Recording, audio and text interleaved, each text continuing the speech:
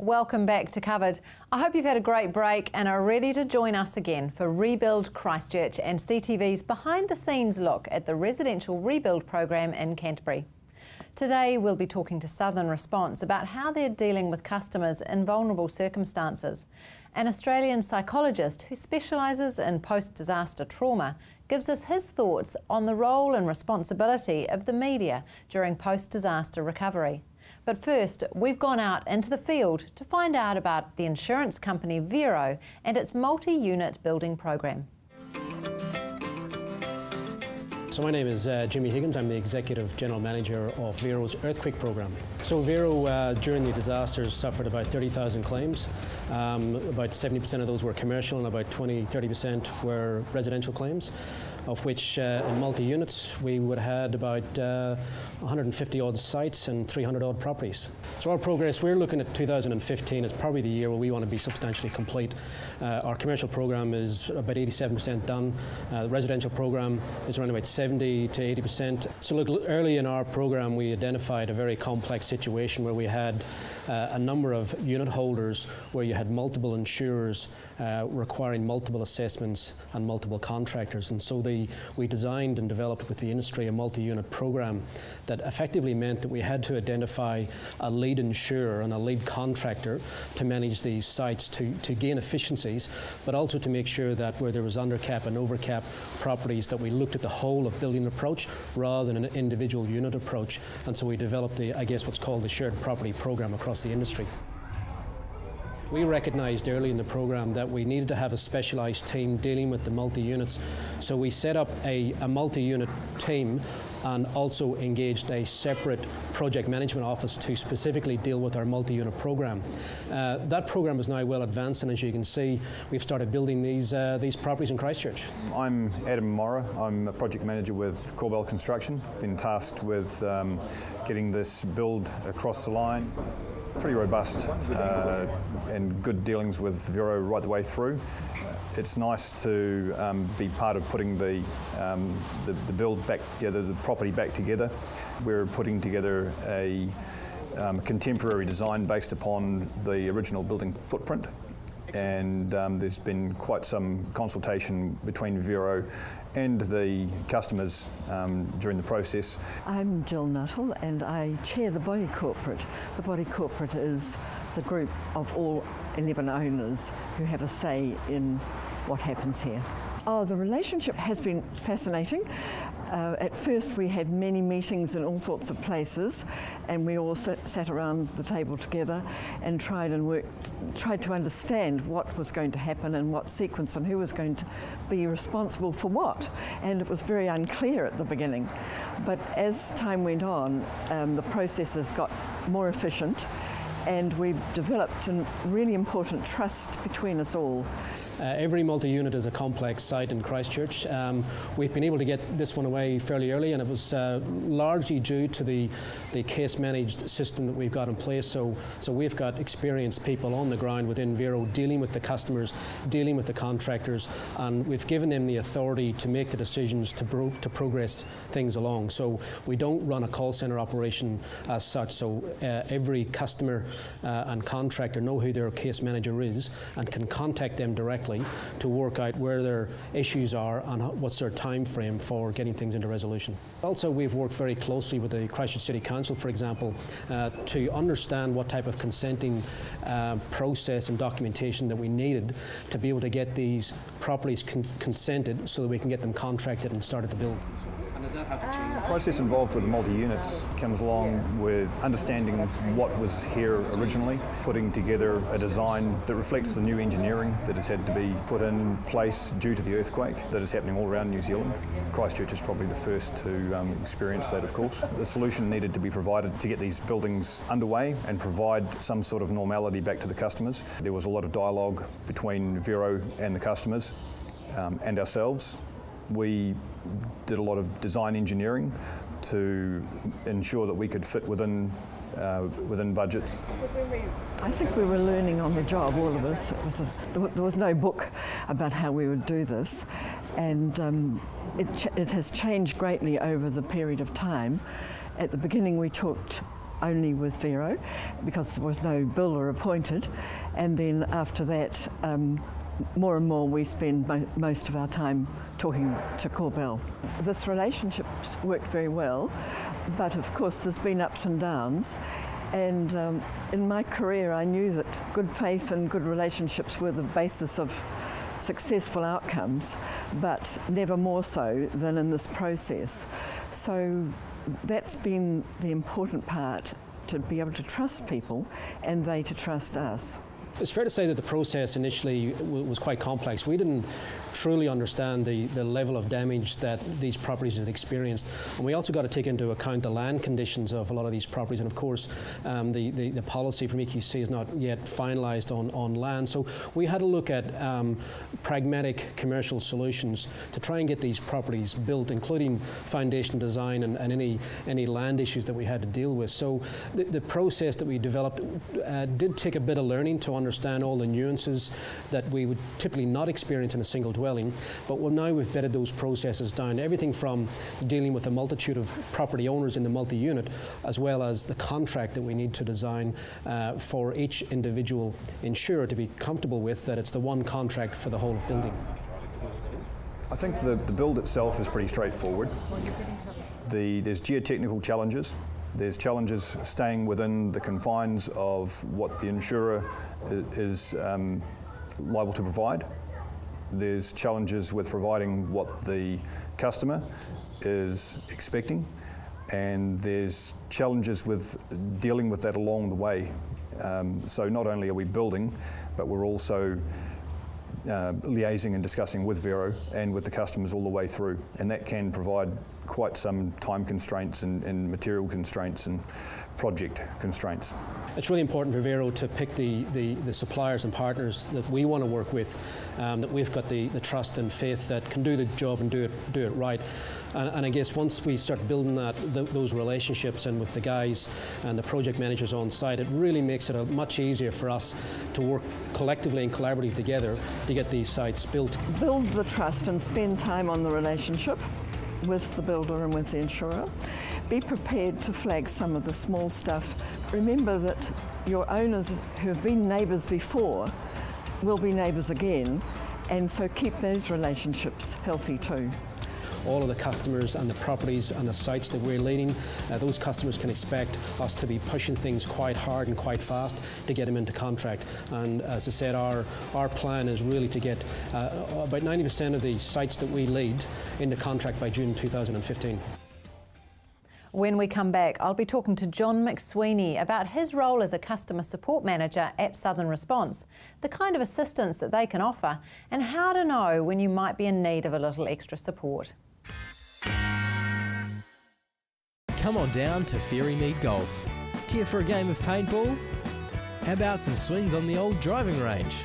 Or on our par 3 9-hole golf course? Test your skills on the mini golf course or have a go at the airgun shooting range. Then relax at the Wow Cafe with one of our super succulent Wow Burgers. Whether you want to perfect your swing or are looking for a fun family day out, come down to Ferrymead Golf, 50 Ferrymead Park Drive, right next to the Ferrymead Heritage Park. 敬请收看 CTV Freeview 40频道首档华语原创系列电视节目 Chinese in Canterbury.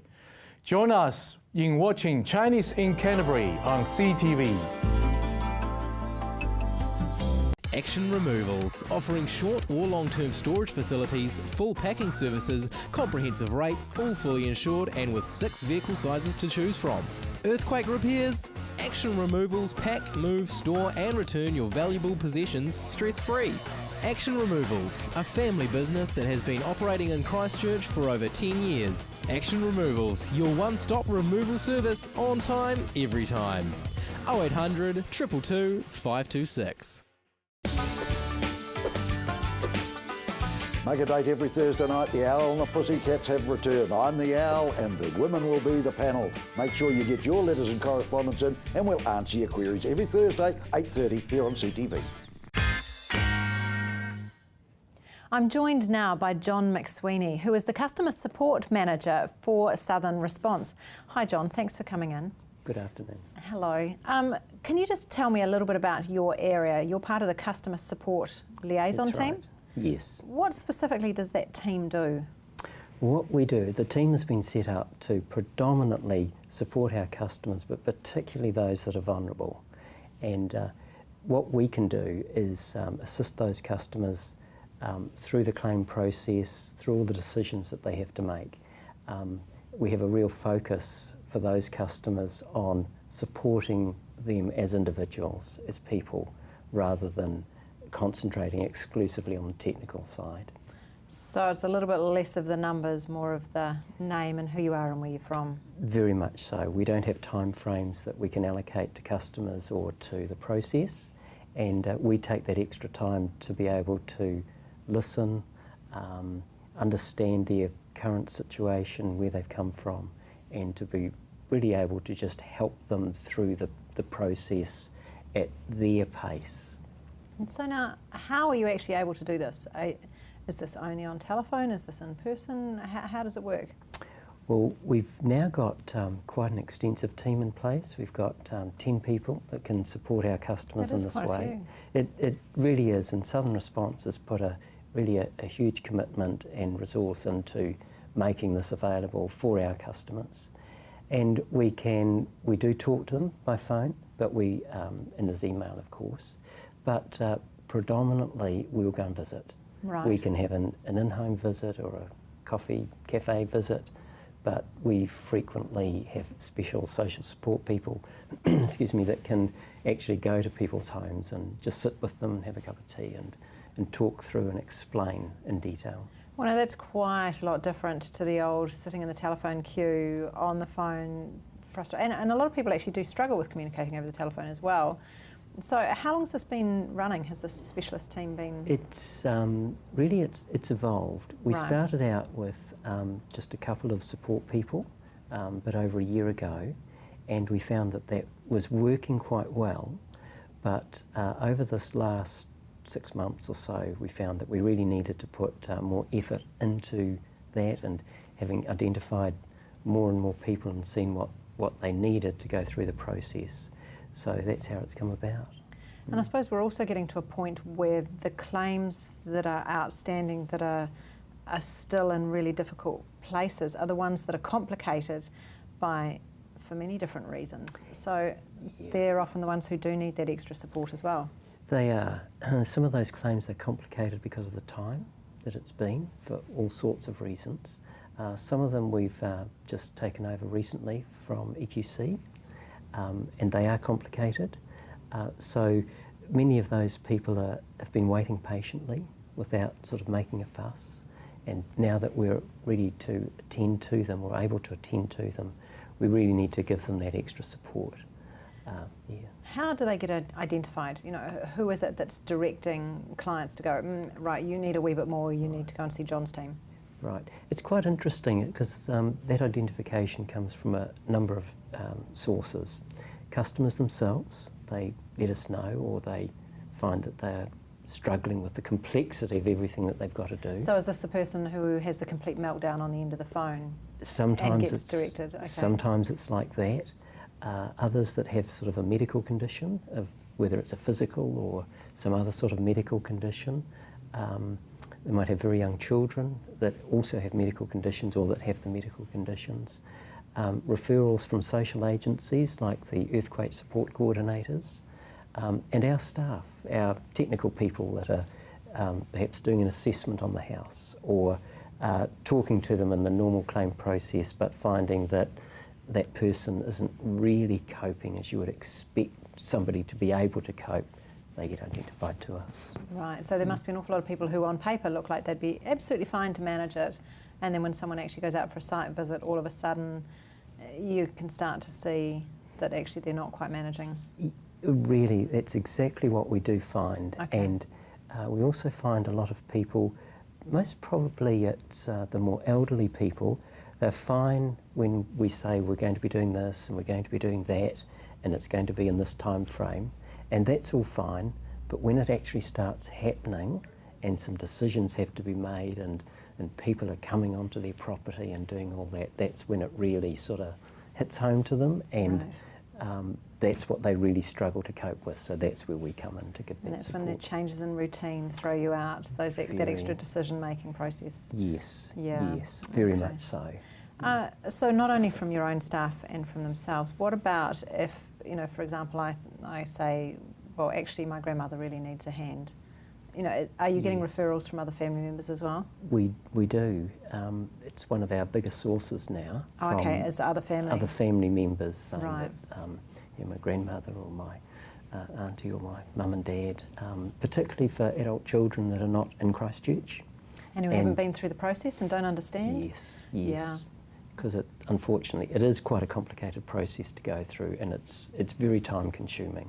Oh, absolutely. To whether it's private insurers like us, we're dealing with pretty major repairs to houses because it's been given to us from EQC, so it's worth at least more than $100,000 worth of damage. And if it's a rebuild of the house, well, there's a whole process around getting rid of the old house and designing the new one and all the complications that go with that. So it's quite a time-consuming process. Do you have a limit on your resources? Are you in a situation where you go, look, we can actually only give you 10 hours of support, or how does that work? No, there isn't. We've been really fortunate for our customer support team that we have not got time limits as to the amount of time that we can put into somebody.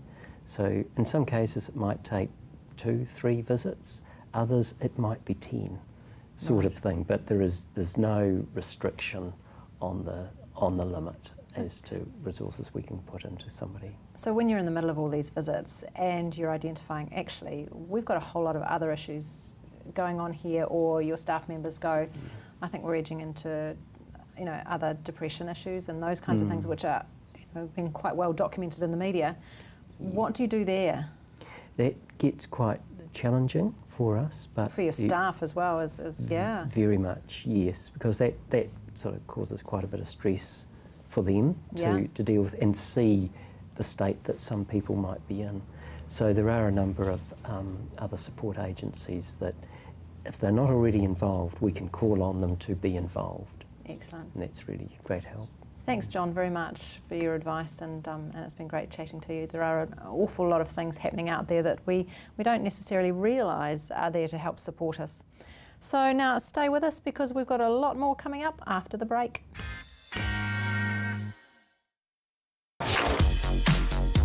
Take a Break showcases some of the best that the South Island has to offer. From fun-filled adventures, great places to eat and stay, and of course beautiful scenic landscapes. Take a break, don't miss it. Welcome to Caltex Redwood. We're a family-owned business proudly supporting our local community. We're open 24/7 for fuel and shop goods, and we have an amazing team of people ready to help you. Save at least 6 cents per litre using AA Smart Fuel cards. We also offer great value on our LPG bottle fills.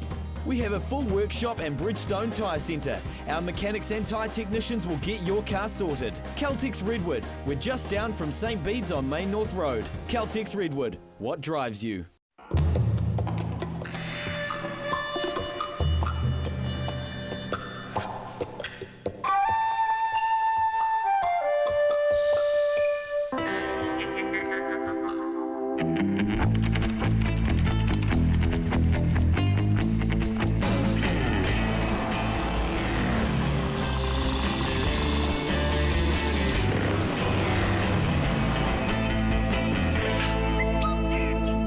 Blackwells has a proud history presenting leading vehicle brands, extensive backup and service for a total one-stop driving experience. Holden, Mazda and HSV new and used vehicle sales, servicing, parts, paint and panel, Isuzu truck sales and service, all together in one convenient location.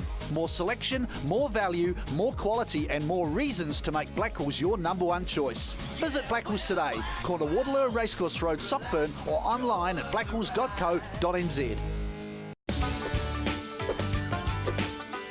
Make a date every Thursday night. The Owl and the Pussycats have returned. I'm the Owl and the women will be the panel. Make sure you get your letters and correspondence in and we'll answer your queries every Thursday, 8:30 here on CTV. Dr. Rob Gordon is an Australian who is a specialist in disaster psychology with over 25 years' experience supporting communities affected by disaster. While in New Zealand recently, he told us his views on the media's role in communicating to those who are still going through the claims process and the general public of Canterbury. Here's what he had to say and the response from local media commentators. My name is Rob Gordon. I'm a clinical psychologist, and for about 30 years I've been a consultant to various disasters in Victoria and New Zealand. And my area of concern is the social recovery processes in the community and what happens to individuals as they go through the recovery process. It's very interesting to observe the role of the media after disasters, because under normal circumstances, often the media are very focused on the quick grab and the emotional content, because that's what grips viewers and readers. But both of those go against this stressed state of mind where I'm having a lot of trouble seeing the big picture and the long term and making complex decisions. The quick grab is going to say, this is the only thing that's important. But that's what my brain's doing anyway. It's saying, I've got to deal with this, I've got to deal with this. But to make a decision which is the foundation for my future, and that's what recovery is, it's not the fixing up of the past, it's the beginning of the future. And so it's got to be made looking ahead. In order to make that decision, I can't go with quick grabs. I've got to really put the whole thing together. And a very important thing is to be able to accept, just accept the complexity of the situation. So again, the quick grab is actually oversimplifying things in a false way. So I would really emphasise to the media to try and, even if you've only got a short segment, try and lay out how complex it is and where things fit in a bigger context. The second thing I do is emphasise that the more we can keep strong emotion out of it, the better people can think clearly. And I think this means probably a bit of a shift from the normal habitual way of doing it, which is to stimulate the emotion. Emotion puts our brains back into that adrenaline mode. So to try and show it from various people's points of view would be very helpful. The problems of the service providers, engineers, insurance people and so on, and that why it's often not possible for them to do it as we would like them, or the speed. And most people can actually, when they understand someone else's situation, can say, oh, I didn't think of it like that. Because in the end, we're all egocentric when we're stressed, because we're all trying to get through our own problems and we don't understand each other, and so we stir each other up. Well, I thought his comments were quite short and not really in as much depth as I would have liked to have seen, to be honest. So in a way, his criticism of the media for presenting short, sharp grabs, I might criticise him for in that particular statement, because I think it's oversimplifying to say that the media have oversimplified, to be honest. The fact is, I think the news media were faced with a situation that they've never been faced with before. How do you exaggerate or beat up a story when there's $40 billion worth of damage? You know, so I took from his comments that he felt the media were beating it up, or if not, they were only concentrating on the drama and the emotion. I think Dr. Gordon raised some really interesting points. He was taking a broad view of media coverage over a long period of time, and he urged context, he urged an understanding of a variety of points of view. And I think that that is a really sound perspective, and that's what we do as a media organisation, is we cover people's points of view, often over a very long period of time. And that's one of the advantages of an organisation like the Press, is that we're here in the heart of the community and we really do get to understand people's stories and people's experiences. The stories that we're seeing in the media are, I think, representative of what's happening in the larger community. So an 87-year-old woman who's waiting for her house to be repaired, she's not the only elderly woman in this situation, or elderly person in this situation, who is unlikely to get back into the house. You know, these people are going to die before they get back. And, you know, how do you over-dramatise something like that?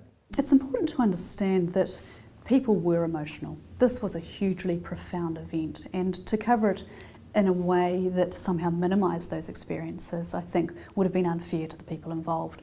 That said, we never seek to sensationalise material. We really work hard to make sure that we place it in context and that we fairly represent people's experiences. Whose responsibility is it to tell the entire story, to provide the background, the balance, the media to some extent, but there are a whole lot of other players in this as well, the council, the government, Sarah.